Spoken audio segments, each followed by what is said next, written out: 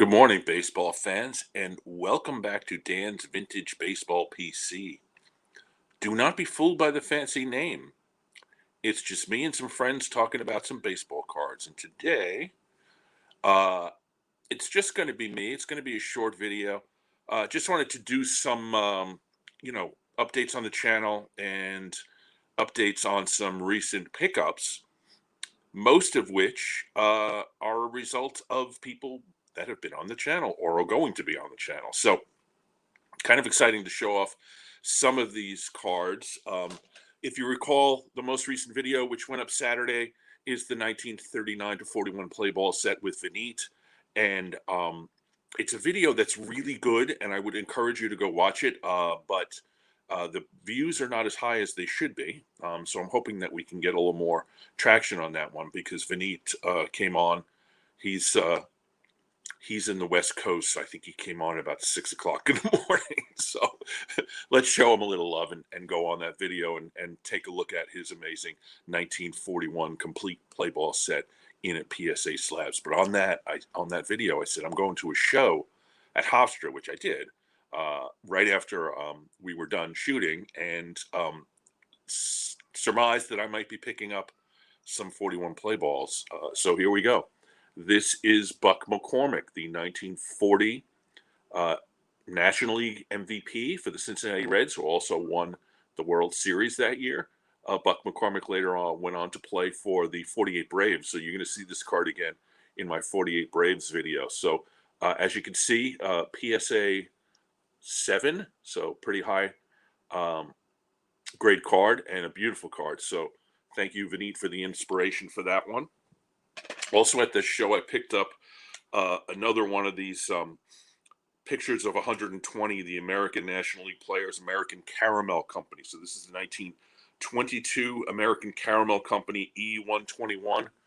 New York Yankees great Bob Musial. He was one of the power hitters for the 27 Yankees.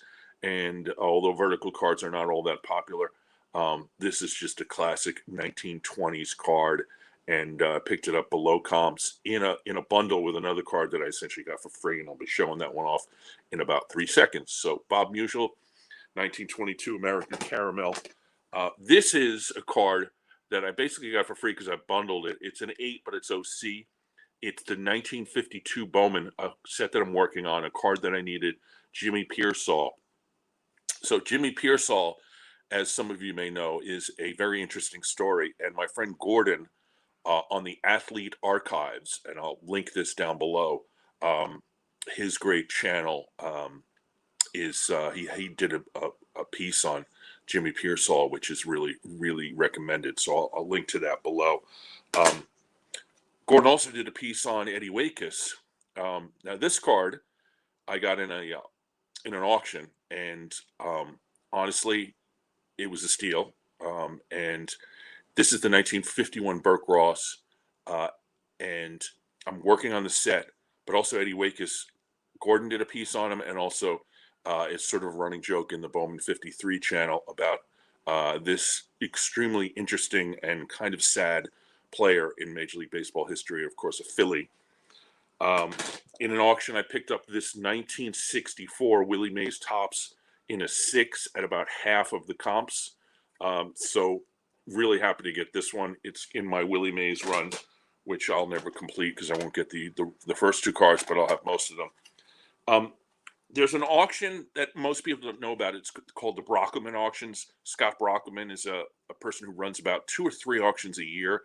It's always incredibly cool pre-war stuff that you almost never see anywhere else. And like I said, he runs 2 or 3 a year. It's not a particularly busy auction, and his what do you call it? The fee that they charge, I can't remember what they call it, but his fees are really low too. So I would recommend going to Scott Brockman Auctions. He just ran one, so he's not going to run one for several months, but I'll link that down below. Anyway, I picked up this, which is the 1909 E91 Set B. This is Larry Doyle from the Giants, who was the 1912 Most Valuable Player. And what's cool about it on the back is they give you a basically a checklist of the players in this set.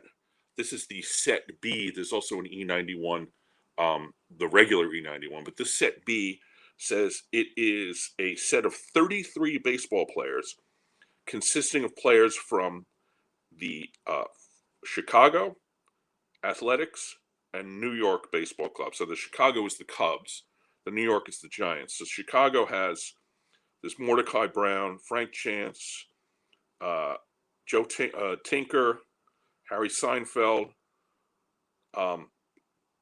New York, of course, has Christy Mathewson, John McGraw, Larry Doyle. And the Athletics have Eddie Collins, Ed Plank, and Frank Baker. So I thought to myself, 33, I could be able to do that set, but no.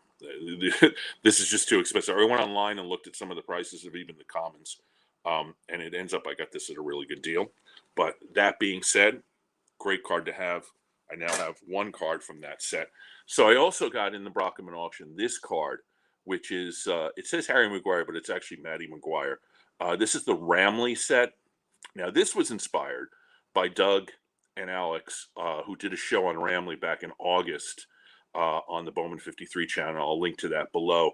And of course, the hair is the great part of this. Ramley cards, I found out after doing a little research, are really expensive. And this card, while it was expensive, it was less than $200, and it's a 2. So couldn't pass it up. Thanks for the inspiration, Doug and Alex. Speaking of Alex, this card, this I got in an auction below comps. It's a 4. It's a nicely centered 4. Duke Snider 1951 Bowman. I don't collect the 51 Bowmans unless they're players that I like, but this fits right into my Brooklyn set. And it was inspired because Alex has shown this off multiple times, his example of this, and I was so happy to get a hold of a very nice copy of the Snider 51.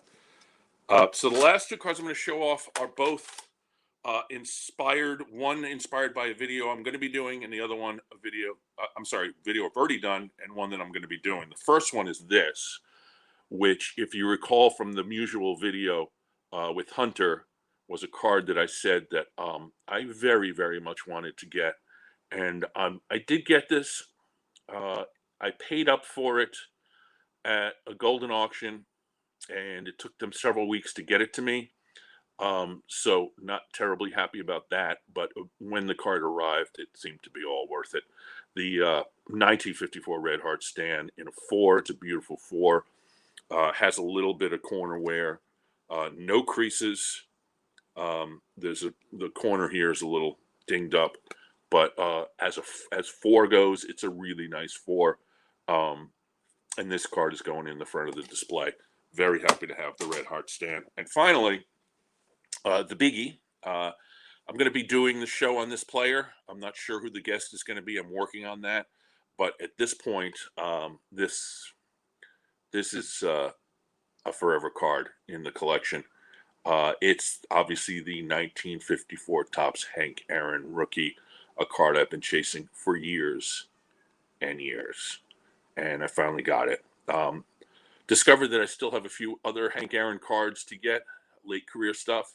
But for the most part, this pretty much finishes my Aaron run of flagships, and there will be a video coming soon. So Hank is going to go up. In fact, there's an empty spot for him right there, and he's going to go right there. So anyway, channels are getting cool, very, very exciting. The next video is going to come out Saturday. It is with my friend Stacy and his huge, enormous, very impressive Yogi Berra collection. So the Yogi show is coming up in a few days, and I would really encourage you to come in and take a look at that. Other plans, things are in the works, players, people, teams, etc.